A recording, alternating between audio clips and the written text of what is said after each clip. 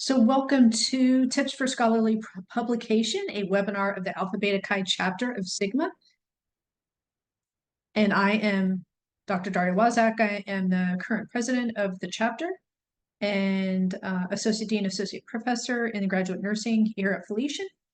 And I initially was thinking to present this for our doctoral students, so I'm glad we have some in attendance, but wanted to open it up to everybody as well, so we could share stories and learn from one another. I have stories of getting submissions declined as well as accepted, so I'm happy, and I've attended some sessions held by editors about how to submit to their journal, so I try to collect all that information to share with you today. Hi, sister.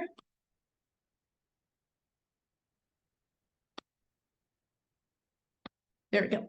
So this presentation will be divided up into these sections. We'll talk about selecting the journal, submission, the review process, and dissemination of the work. So we're assuming you have the manuscript or you have the piece already, you have the article. So we're not going to talk about that portion, but we're going to talk about you have this article and you want to submit it. Where do you go from there, and what should you expect? I'll be touching on some tips along the way. So my first section will be about journal selection.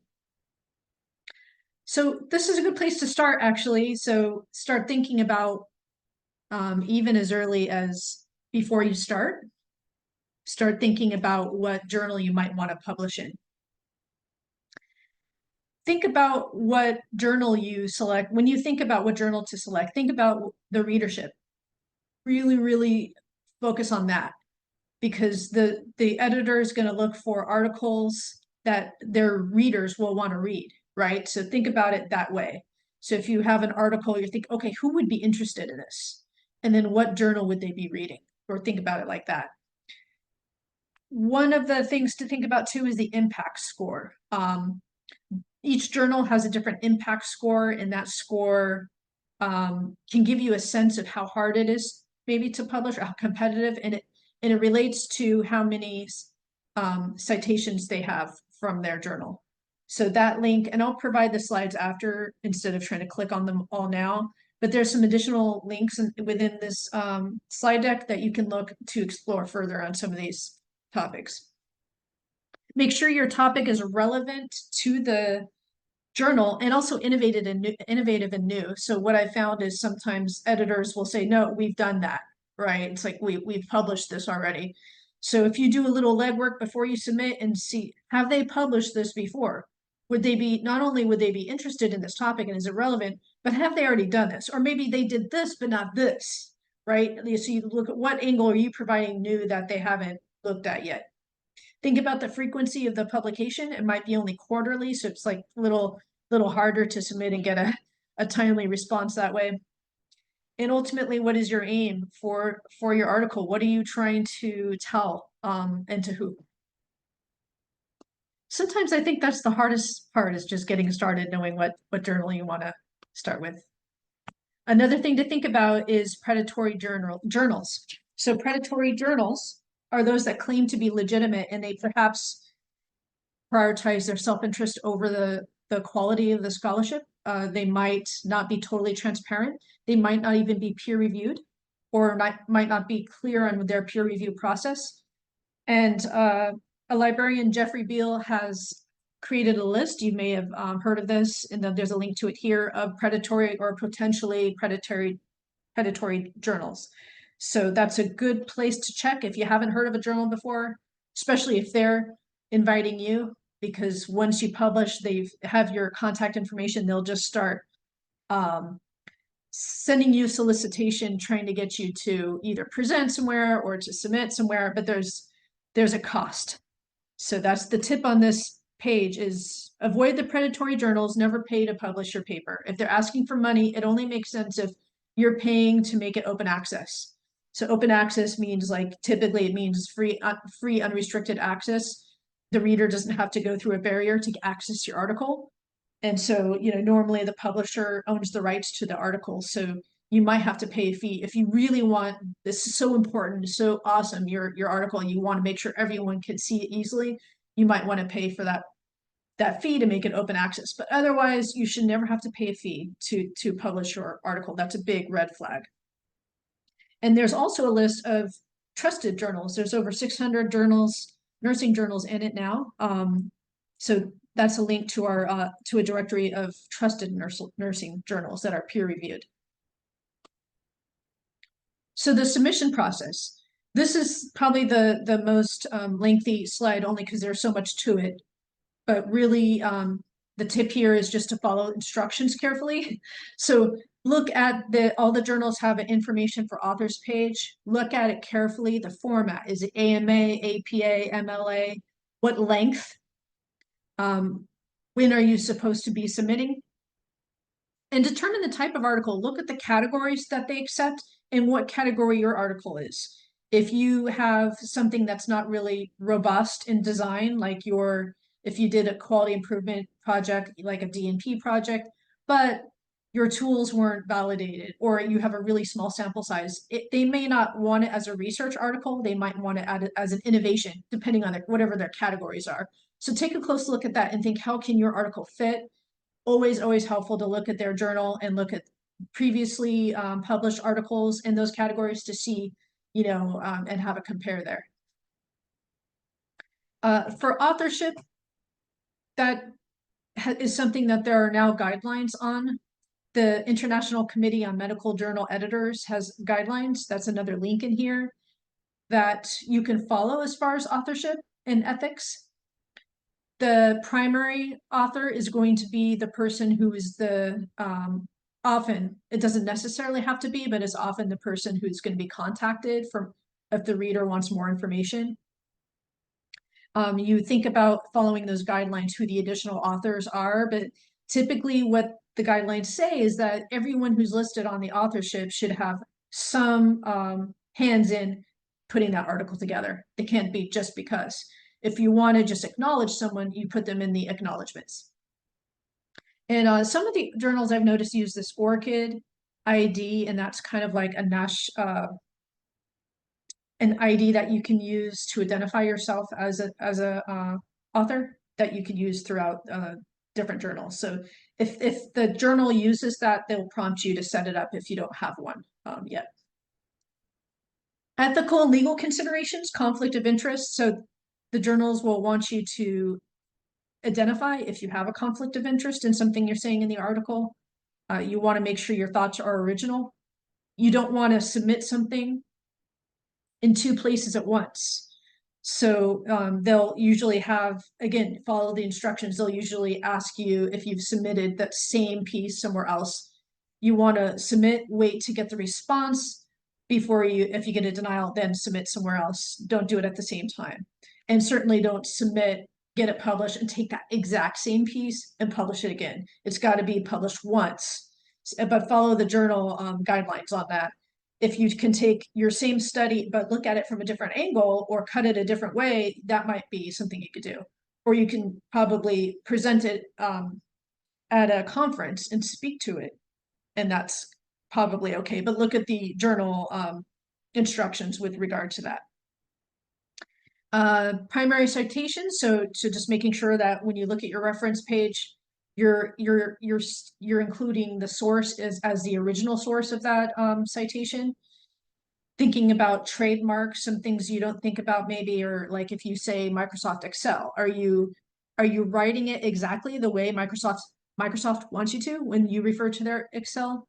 Do they want you to say spreadsheet? Do they want you to use the trademark symbol? Exactly how do they want their product shown when it's typed up and shown publicly? So the only way to find those answers are to go to those vendor websites and see what they say. Make sure you have the permissions, like from IRB, obviously, if it's research, from the site. So from your institution, are they okay with you publishing what you're publishing? And is the site, if it was a study done somewhere, are they approving this publication? A lot of our hospitals have special approval processes that need to be followed. And then the tools you're using, have you sought permission from the owner of those tools or the creator of those tools to use their tool and publish it? Use of AI, so that's a big one, right? Use of AI. you'd have to look at the journal and what they consider acceptable. I haven't seen use of AI in scholarly publications, something acceptable. But again, you would have to look at the journal. I would say write your own content. And one thing that may help is writing a query letter to the editor first. And that's helpful, although not required. Typically, it's nice because you can kind of gauge their interest. The editor's typically the person who's going to see your submission first and decide what should happen with it. So if they kind of know that it's coming, it helps. And also if you know that they think, this topic we've done so much on, I don't want to look at this or publish anything else on this right now, like then you'll know, and it just saves you time. This is an example of information for the author from Journal of Nurse Educator. And so, so for example, they use AMA 11th edition. They want size 12 font, double spaced. If you have an original research paper, they want maximum of 16 pages and reference numbers and superscripts. So that's like what I demonstrated there with the one just above. Continuous line numbers, and that's really helpful actually, because when the peer reviewers get back to you, they can refer to each line when they're making a comment. And I have on the next slide, a demonstration of what that looks like, those continuous line numbers. You typically have a title and author biography page separate from the manuscript, so that way the peer reviewers don't see who you are and is blind.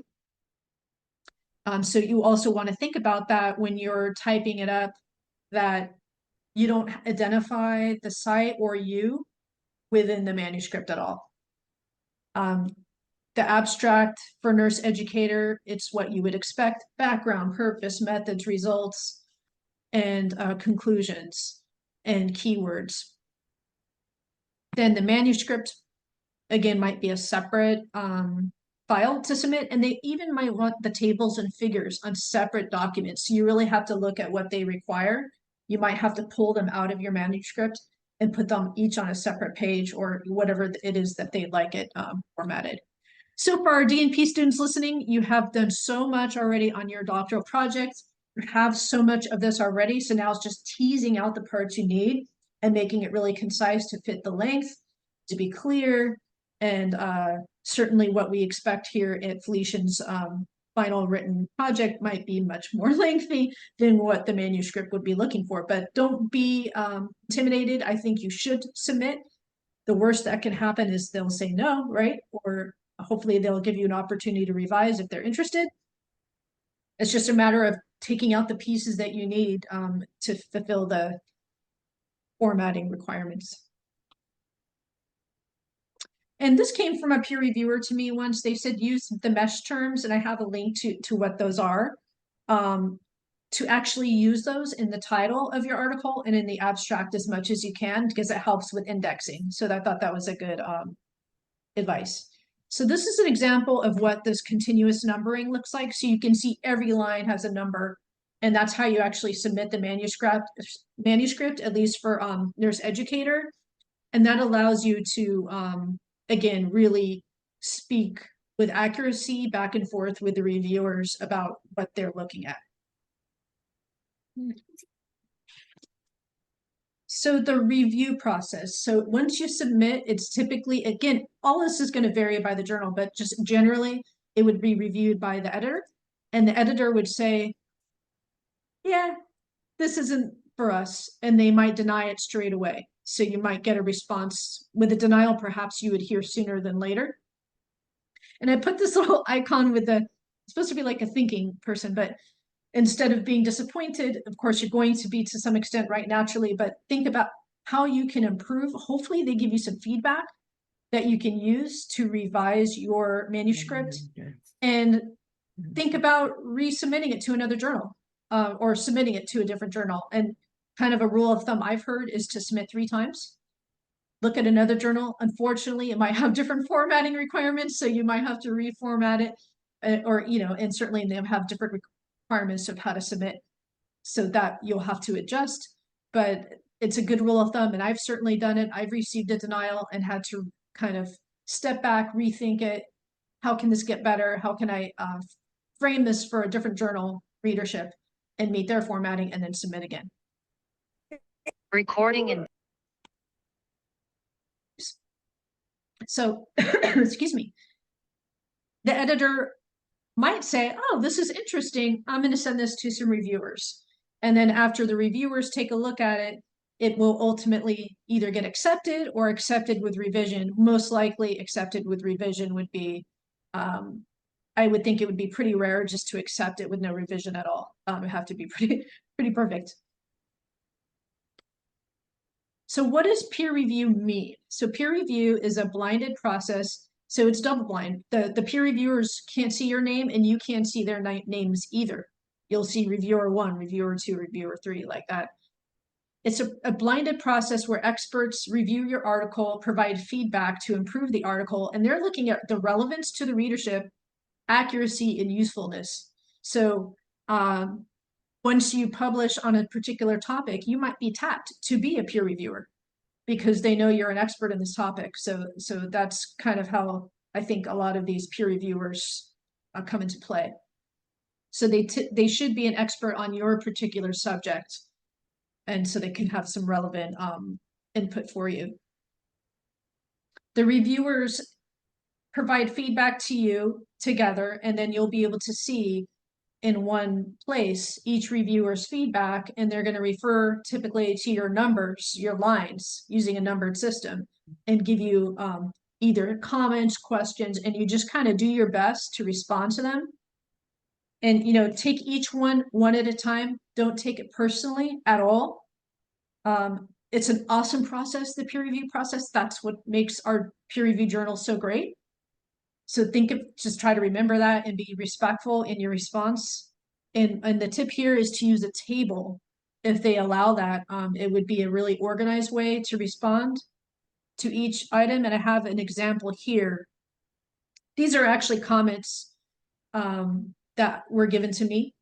So the examples on the left, and then my response would be on the right. So if you have a table, it's just really organized. So line 245, you need to add trademark symbols for whatever I used. And then I said, okay, yes, trademark symbol added. So I'm doing the revisions and then I'm commenting what I did. So line 52, you need a reference. Okay, reference added. Line 116, delete the. I mean, some of these can be really minor, right? Deleted. So you're saying that you're in a respectful manner, you're responding to each item that they're raising. And it doesn't mean you have to fix everything they say, but you try to address each one as completely and thoughtfully and as possible. Get back to them, and you're going to submit a revised version back to the reviewers. So these are some other types of feedback, just examples, certainly not a complete list, but some of the things they might be looking at if you follow the formatting requirements, the dates of your publications. I've had some reviewers say to me, or maybe it was the editor said, get some more recent sources for whatever it was they thought would be something more recent. Sometimes as you go writing, new things can be published, and you just have to make sure you're keeping your list updated. Something about the content, something that's not clear. That's really important. They might, from their perspective, reading it, they might see something that to you makes perfect sense, but when they read it, this is a little unclear. What do you mean? So then it gives you a chance to fix that. And then how your your manuscript is organized. This is what the process looks like overall, like maybe from your perspective as a submitter. You're going to select the journal, submit. Editor is going to review. They're going to decide either accept, send it for peer review for either acceptance or revision, acceptance with revision, or denial. And then you're going to go back to select another journal. If it goes to the peer reviewers, you're going to review, respond, and resubmit. Then it's going to go back. They might have further revisions, or they might not like your revisions at all. It could actually get denied still at that point. Or they might say, okay, yes, we accept it. It goes back to the editor for one last look, and then it gets published. Yeah. So yeah, like a lengthy process. So that's the last slide here, I think, or almost last slide is, you're gonna share this out as much as you can. The publisher will keep you posted on what, issue it will go in. And they're gonna give you really specific instructions of how you can share it. You might have only a certain period of time or certain people you can share the whole article, full text article with. So you have to be careful how you go about that. And again, avoid publishing the same exact manuscript again. You have to follow those rules because it's owned by the publisher now. Or you have to look at how long they own it. Perhaps it's a certain period of time. And track it over time. How often are other authors citing your article? That can be really helpful to you as a scholar. And the tip here is there's now a lot of ways that the journals are helping you promote the article. They might ask you, you might have an option to create a little video promo, do it. To post it on social media, tag yourself, or tell them, hey, if you're going to post this out on Twitter, this is my Twitter name, please tag me. Or they might even have Nurse Educator, for example, has podcasts now, and they might ask you to promote your article on their podcast. So there's a lot of opportunities there which you can take advantage of. And that's it. So grab a pencil or computer and good luck. Good luck. I'm going to open it up to questions. I'm just going to stop Oh, what happened? recording.